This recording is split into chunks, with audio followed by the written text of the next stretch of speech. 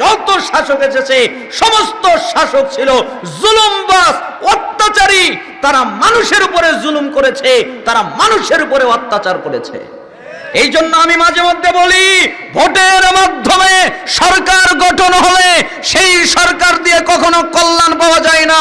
যদি কল্যাণ পেতে চায় তাহলে তাওহীদ প্রতিষ্ঠার মাধ্যমে সমাজে কল্যাণ পাওয়া সম্ভব। এই বাংলাদেশের সমস্ত মানুষ যদি তারা ভোট দিয়ে একজনকে ক্ষমতায় নির্বাচন করে, এরপরে সে যদি ক্ষমতায় যায়, আর যদি ক্ষমতায় যাওয়ার পরে সে বলে আমি বাংলাদেশে ইসলামী রাষ্ট্র কায়েম করব, বাংলাদেশে যত মানুষ আছে বেনামাজি তারা সালাত আদায় না করলে তাদের জেলখানায় বন্দী করব, তাদেরকে আটক করব, বাংলাদেশের যত মাজার আছে সমস্ত মাজার ভেঙে দিব, সমস্ত মাজার বন্ধ করব, যত বিদআত আছে বিদআতের আকড়া উড়িয়ে দেব। এটা যদি ক্ষমতায় যাওয়ার পরে কোন শাসক বলে যেই জাতির লোকেরা ভোট দিয়ে তাকে ক্ষমতায় উঠিয়েছিল ওই জাতির লোকেরা আবার ঘুরে দাঁড়িয়ে তাকে ক্ষমতা থেকে নামানোর জন্য পায়তারা করবে। পৃথিবীতে যত শাসক এসেছে মুহাম্মদ সাল্লাল্লাহু আলাইহি সাল্লাম ছাড়া, আবু বকর সিদ্দিক রাদিয়াল্লাহু আনহু ছাড়া, ওমর ইবনুল খাত্তাব রাদিয়াল্লাহু আনহু ছাড়া, ওসমান বিন আফফান রাদিয়াল্লাহু আনহু ছাড়া, আলী বিন আবি তালিব রাদিয়াল্লাহু আনহু ছাড়া, ওমর বিন আব্দুল আজিজ রাহিমাহুল্লাহ ছাড়া, আরো কিছু হকপন্থী শাসক ছাড়া পৃথিবীতে যত শাসক এসেছে সমস্ত শাসক ছিল জুলুমবাজ, অত্যাচারী। তারা মানুষের উপরে জুলুম করেছে, তারা মানুষের উপরে অত্যাচার করেছে। বাংলাদেশে যেরকম জুলুম অত্যাচার হয়েছে, সিরিয়ার মাটিতে বাশার আল আসাদ সিদনিয়া কারাগার তৈরি করে, বাংলাদেশে আয়নাঘর তৈরি করে মানুষের উপরে অত্যাচার হয়েছে, সিদনিয়া কারাগার তৈরি করে কত মানুষের উপরে জুলুম করেছে, অত্যাচার করেছে, নির্যাতন করেছে। তার মানে যারা শাসক হয় তারা জুলুম করে, তারা অত্যাচার করে, তারা মানুষের উপরে জুলুম অত্যাচার করে। এই জন্য আমি মাঝে মধ্যে বলি, ভোটের মাধ্যমে সরকার গঠন হলে সেই সরকার দিয়ে কখনো কল্যাণ পাওয়া যায় না। যদি কল্যাণ পেতে চায় তাহলে তাওহীদ প্রতিষ্ঠার মাধ্যমে সমাজে কল্যাণ পাওয়া সম্ভব। এই বাংলাদেশের সমস্ত মানুষ যদি তারা ভোট দিয়ে একজনকে ক্ষমতায় নির্বাচন করে, এরপরে সে যদি ক্ষমতায় যায়, আর যদি ক্ষমতায় যাওয়ার পরে সে বলে আমি বাংলাদেশে ইসলামী রাষ্ট্র কায়েম করব, বাংলাদেশে যত মানুষ আছে বেনামাজি তারা সালাত আদায় না করলে তাদের জেলখানায় বন্দী করব, তাদেরকে আটক করব, বাংলাদেশের যত মাজার আছে সমস্ত মাজার ভেঙে দিব, সমস্ত মাজার বন্ধ করব, যত বিদআত আছে বিদআতের আকড়া উড়িয়ে দেব। এটা যদি ক্ষমতায় যাওয়ার পরে কোন শাসক বলে যেই জাতির লোকেরা ভোট দিয়ে তাকে ক্ষমতায় উঠিয়েছিল ওই জাতির লোকেরা আবার ঘুরে দাঁড়িয়ে তাকে ক্ষমতা থেকে নামানোর জন্য পায়তারা করবে। কেন? তাদের মধ্যে তাওহীদ নেই, তারা তাওহীদ বোঝেনি, তারা শিরক বোঝেনি, তারা বিদআত বোঝেনি। বাংলাদেশে বর্তমান যে উপদেষ্টা ডক্টর ইউনূস সাহেব, তিনাকে কি ভোট দিয়ে আপনারা উঠিয়েছেন? আরো জোরে বলেন, ভোট দিয়েছেন? ভোট দিতে হয় নাই। সমাজের কিছু যুবক ছেলেপেলেরা, সমাজের যুবকেরা তারা বুঝেছে তাকে দিলে হয়তো ভালো হবে, তাই তারা তাকে দায়িত্ব দিয়েছে। ঠিক বাংলাদেশের মানুষ যদি তাওহীদবাদী হয় তাহলে বাংলাদেশের মানুষের মাথায় আল্লাহ বুদ্ধি তৈরি করে দিবেন এবং শাসক দান করবেন, খলিফা দান করবেন। আল্লাহর রাষ্ট্রে আল্লাহর দিন কায়েম হবে, এই রাষ্ট্রে এই সমাজে আল্লাহর দিন বাস্তবায়ন হবে। ভোট পদ্ধতি আব্রাহাম লিঙ্কনের পদ্ধতি লাগবে না। অতএব আমাদেরকে চূড়ান্ত সিদ্ধান্ত নিতে হবে। এই জন্য রাসূল সাল্লাল্লাহু আলাইহি সাল্লামের সাহাবী বললেন প্রত্যেক পরবর্তী যুগ খারাপ হবে। 24 সাল যেমন 25 সাল আরো খারাপ, 25 সাল যেমন 26 সাল আরো খারাপ, 26 সাল যেমন 30 সাল আরো খারাপ। দিন যত গড়াবে তত মানুষ খারাপ হতে থাকবে। এটাই হলো সমাজের নীতি। এ কথা মুহাম্মদ সাল্লাল্লাহু আলাইহি সাল্লাম বলেছেন। অতএব তিনি যা বলেছেন তাই ঘটবে, ব্যতিক্রম ঘটবে না। তিনি নিজের থেকে কিছু বলেন না, যা বলেন তা ওহী। কিয়ামতের পূর্বে আরেকটি জরুরি ভয়ঙ্কর ফিতনা ঘটবে। আল্লাহর নবী যে ইসলাম রেখে গেছে ওই ইসলাম পাওয়া যাবে না, ওই ইসলাম উঠে যাবে। সুন্নাতের জায়গা বিদআত দখল করে নিবে, বিদআত এসে সুন্নাতকে হটিয়ে দিবে, সুন্নাত চলে যাবে, রাসূলের রেখে যাওয়া ইসলাম পাওয়া যাবে না। এজন্যই বুখারীর 650 নম্বর হাদিসে এসেছে, উম্মে দারদা রাদিয়াল্লাহু আনহা তিনি বলেন, দাখালা আলাইয়া আবু দারদাই ওয়া হুয়া মুকদুবুন। একদিন আবু দারদা ঘরের মধ্যে প্রবেশ করলেন অনেক রাগান্বিত অবস্থায়, অনেক রাগ করে। তাই আমি তাকে জিজ্ঞেস করলাম, কি ব্যাপার, আপনি রাগ করেছেন কেন? আপনার রাগের কারণ কি? কেন রেগে গেছেন? তখন তিনি বললেন, মা আকদবাক, কি ব্যাপার, আপনি রাগ করেছেন কেন? কেন রেগে গেছেন? তখন তিনি বললেন, ওয়াল্লাহি, আল্লাহর কসম, আল্লাহর শপথ, মা আরিফু মিন উম্মতি মুহাম্মাদিন সাল্লাল্লাহু আলাইহি ওয়াসাল্লাম শাইআ ইল্লা আন্নাহুম ইউসাল্লুনা জামিআ। জামাতে নামাজ আদায় করা ছাড়া মুহাম্মদ সাল্লাল্লাহু আলাইহি ওয়াসাল্লামের দ্বীনের কিছু আমি সমাজে দেখতে পাচ্ছি না। মানুষ শুধু জামাতে সালাত আদায় করে এটাই আছে, কিন্তু তার দ্বীনের আর কিছুই নাই, তাই আমি রেগে গেছি। এই কথা যদি তখন বলে থাকেন, আনাস বিন মালিক রাদিয়াল্লাহু আনহু তিরমিজি 2447 নম্বর হাদিসের মধ্যে একই কথা বললেন, মা আ'রাফু শাইআ মিম্মা কুন্না আলাইহি আলা আহদি রাসূলিল্লাহ সাল্লাল্লাহু আলাইহি সাল্লাম। রাসূলের সময়ে চর্চিত দ্বীনের কিছু আমি এখন সমাজে দেখতে পাচ্ছি না। যেটা রাসূলের সময় চর্চিত হতো ওই দিন আমি সমাজে দেখতে পাচ্ছি না।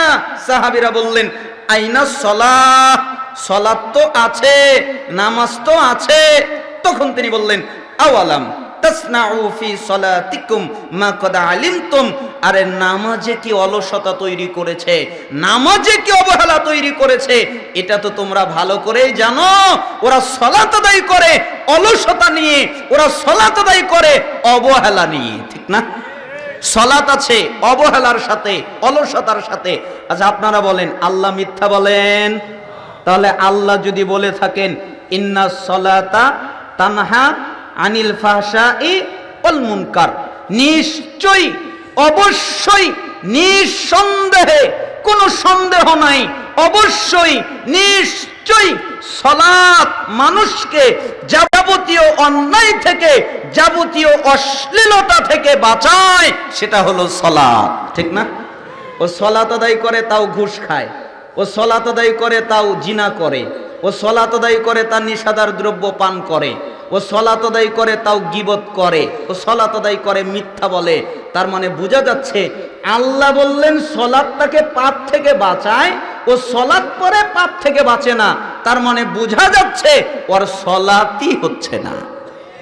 এজন্যই আব্দুল্লাহ বিন আমর রাদিয়াল্লাহু আনহু তিনি একটা বাক্য বলেছিলেন, মুস্তাদরাক হাকিম 8365 নম্বর হাদিস, তিনি বলেন, ইয়াতিন নাস জামানুন ইজতামিউনা ফিল মাসাজিদ ওয়া লাইসা ফীহিম মুমিন।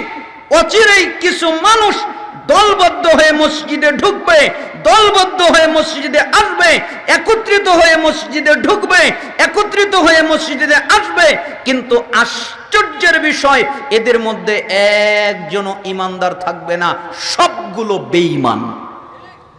নামাজ আদায় করার জন্য যাবে, সালাত আদায় করার জন্য যাবে, মসজিদে যাবে, কিন্তু এরা পরিপূর্ণ ইমানদার নয়। এরা পরিপূর্ণ ইমানদার নয়, তাই তো পাপ করে। এদের সালাত কবুল হচ্ছে না, তাই তো পাপ করে। যদি এরা পরিপূর্ণ ইমানদার হতো আর সালাত কবুল হতো, তাহলে এদের দ্বারা কাবিরা গুনাহ হতো না, ঠিক না? এদের দ্বারা বড় বড় গুনাহ সংগঠিত হয়। তার মানে এরা আল্লাহকে পরিপূর্ণ ভয় করে না। এরা সালাত আদায় করে রাসূলের পদ্ধতিতে নয়, পদ্ধতিগতভাবে বুকে হাত বাঁধে, রফুল ইদাইন করে, জোরে আমিন বলে, সূরা ফাতিহা পড়ে, কিন্তু খুশু নাই, বিনয় নাই, ভয় নাই, নম্রতা নাই। সালাতের মধ্যে 2 ফোঁটা চোখের পানি বের হয় না, সালাতের মধ্যে কান্না আসে না, সালাতের মধ্যে আল্লাহর ভয় আসে না, খুশু খুজু নাই। এ কথাই আনাস বিন মালিক বললেন, তারা সালাত আদায় করে অথচ তারা অলসতার সাথে সালাত আদায় করে, অবহেলার সাথে সালাত আদায় করে। এটা কি তুমি দেখো না?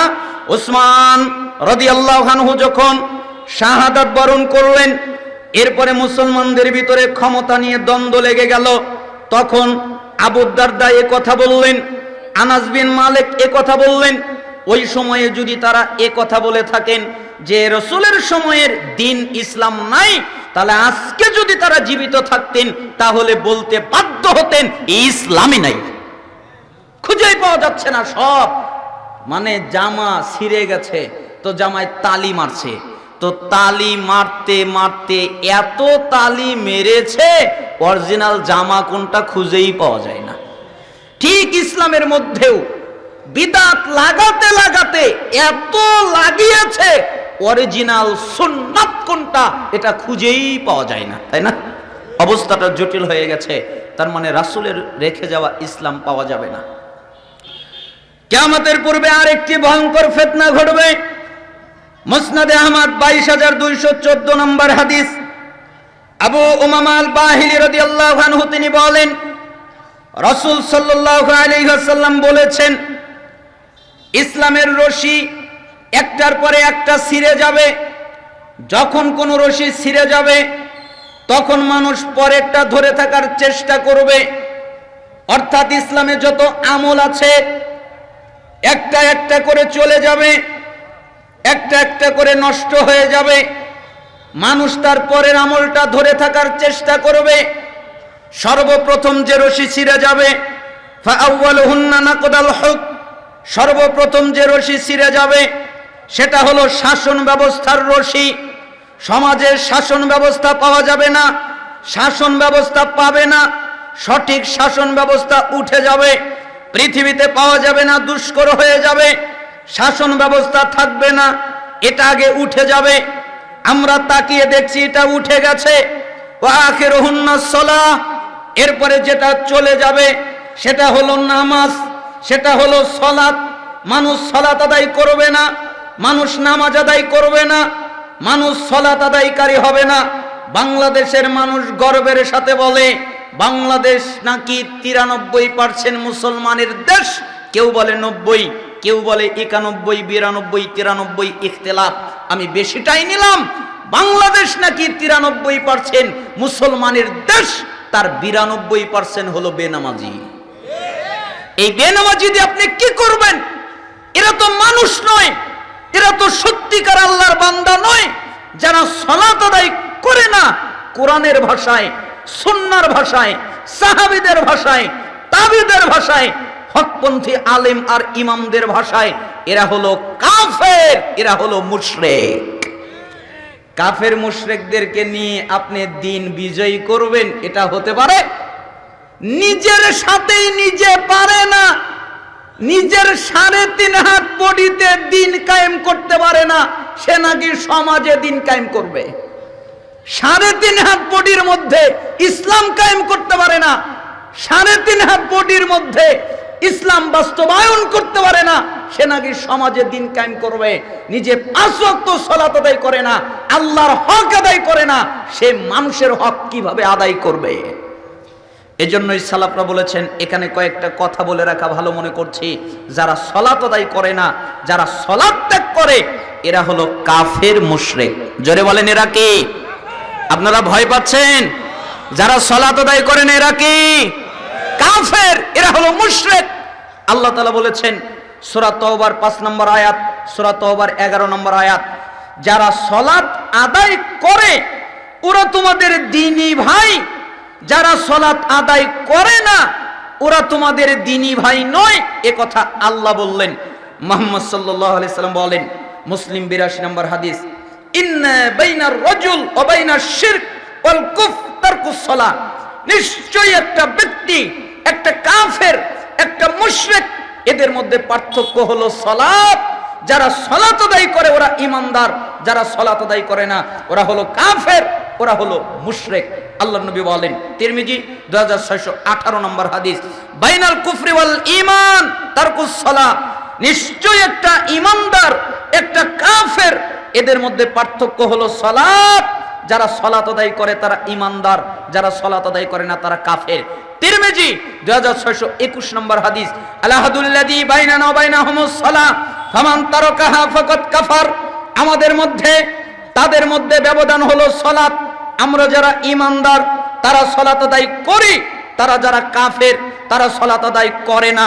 ইবনে মাজাহ 1080 নম্বর হাদিস, লাইসা বাইনাল আবদ ওয়াশ শিরক ইল্লা তারকুস সালাহ ফাইজা তারকাহা ফাকাদ আশরাক। নিশ্চয় একটা আল্লাহর বান্দা আর একটা মুশরিক, এদের মধ্যে পার্থক্য হলো সালাত। যে ব্যক্তি সালাত ছেড়ে দিল ওই ব্যক্তি শিরিক করলো। কয় আমরা হলাম আহলে হাদিস, আমরা শিরিক করি না, অথচ আল্লাহর নবী বললেন যারা সালাত ত্যাগ করলো না ওরা শিরিক করলো। তার মানে এই মর্মে 21টা হাদিস আমার মেমোরিতে আছে। আমি আপনার সময়ের ব্যবধানের কারণে 4টা অনুবাদ করে আপনাকে শোনালাম। রাসূলের ফতোয়া দ্বারা প্রমাণিত হয়ে গেল যারা সালাত আদায় করে না তারা মুসলমান নয়। পরবর্তী প্রজন্ম তারা হলো সাহাবী, তাদের ফতোয়া কি? আলী রাদিয়াল্লাহু আনহু বলেন, মাল্লাম ইউসাল্লি ফাহুয়া কাফিরুন, যারা সালাত আদায় করে না এরা হলো কাফের। আবু দারদা রাদিয়াল্লাহু আনহু তিনি বলেন, লা ঈমানা লিমান লা সালাতা লাহু, ওই ব্যক্তির ঈমান নেই যে ব্যক্তি সালাত আদায় করে না। আব্দুল্লাহ বিন মাসউদ রাদিয়াল্লাহু আনহু তিনি বলেন, মান তারাকাস সালাহ ফালা দীনা লাহু, যারা সালাত আদায় করে না তাদের কোনো দিন নেই, তাদের কোনো ধর্ম নেই। ওমর ইবনুল খাত্তাব রাদিয়াল্লাহু আনহু, তার কথাটা আপনাকে একটু ব্যতিক্রম করে বলি, যদি আপনার কিছু বুঝে আসে তাহলে আমি উপকৃত হব, আপনি উপকৃত হবেন। ওমর ইবনুল খাত্তাব রাদিয়াল্লাহু আনহুকে খারিজি লোক হত্যা করবে, তাই পায়তারা করছিল কিভাবে তাকে হত্যা করা যায়। শয়তান মানুষের বেশ ধারণ করে আসলো, এরপরে তাকে বলল, তুমি কি উমরকে হত্যা করতে চাও? জি, আমরা উমরকে হত্যা করতে চাই।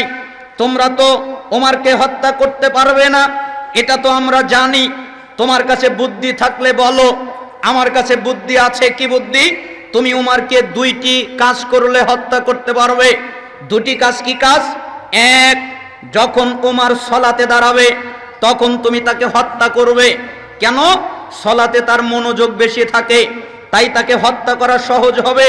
2, যখন সে ফজরের সালাতে দাঁড়াবে তখন তাকে হত্যা করবে। কেন? ফজরের সালাত তারা অন্ধকার অবস্থায় আদায় করে, অনেক লম্বা তেলাওয়াত করে, অনেক সময় দাঁড়িয়ে থাকে, তোমাকে দেখতে পাবে না, তোমাকে দেখা যাবে না, হত্যা করা সহজ হয়ে যাবে। তাই ওই ঘাতক একটা ছুরি নিলেন, ছুরিতে বিষ মাখালেন, মসজিদে গিয়ে ওত পেতে রইলেন। যখন উমর ইবনুল খাত্তাব রাদিয়াল্লাহু আনহু 1 রাকাত সালাত আদায় করিয়েছেন, আর 1 রাকাতের জন্য দাঁড়িয়েছেন, তখন তার পেটের ভিতরে বারবার ছুরি দিয়ে আঘাত করা হলো। তিনি জমিনে পড়ে গেলেন, তার কোরআন তেলাওয়াতের আওয়াজ বন্ধ হয়ে গেল। সাহাবীরা কিছু বুঝতে পারলেন না, কি হলো, হঠাৎ করে আওয়াজ বন্ধ হয়ে গেল কেন? আব্দুর রহমান আল আউফ তিনি ছিলেন প্রথম সারিতে, বুঝতে পারলেন যে তাকে কেউ আঘাত করেছে, তাই তিনি সামনে চলে গেলেন। এরপরে বাকি সালাত আদায় করালেন। প্রথম রাকাতে তিনি সূরা কাউসার পড়লেন, দ্বিতীয় রাকাতে তিনি সূরা নাসর পড়লেন। তার মানে বোঝা যায় বিপদের সময় ফজরের সালাতেও ছোট সূরা তেলাওয়াত করা যায়। এটা তেলাওয়াত করার পরে সালাত আদায় হয়ে গেল। ওমর ইবনুল খাত্তাবকে বাড়িতে নিয়ে যাওয়া হলো। 10টা 11টার সময় তার জ্ঞান ফিরে পেল। আমরা যারা অপারেশন করি, অপারেশনের রোগী হই, আমাদের বুদ্ধি হারিয়ে যায়, আমাদের জ্ঞান হারিয়ে যায়। যখন আমরা জ্ঞান ফিরে পাই তখন আমরা জিজ্ঞেস করি, আমার মা কই, আমার বাবা কই, আমার সন্তান কই, আমার পরিবার পরিজনের লোক কই, যাকে আমি বেশি ভালোবাসি তার কথা আমি জিজ্ঞেস করি।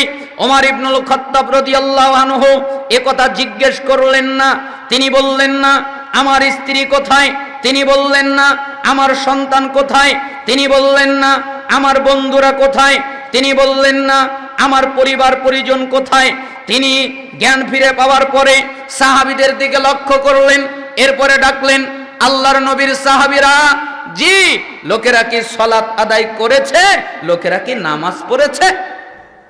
কি বাক্য বললেন? লোকেরা কি সালাত আদায় করেছে? তখন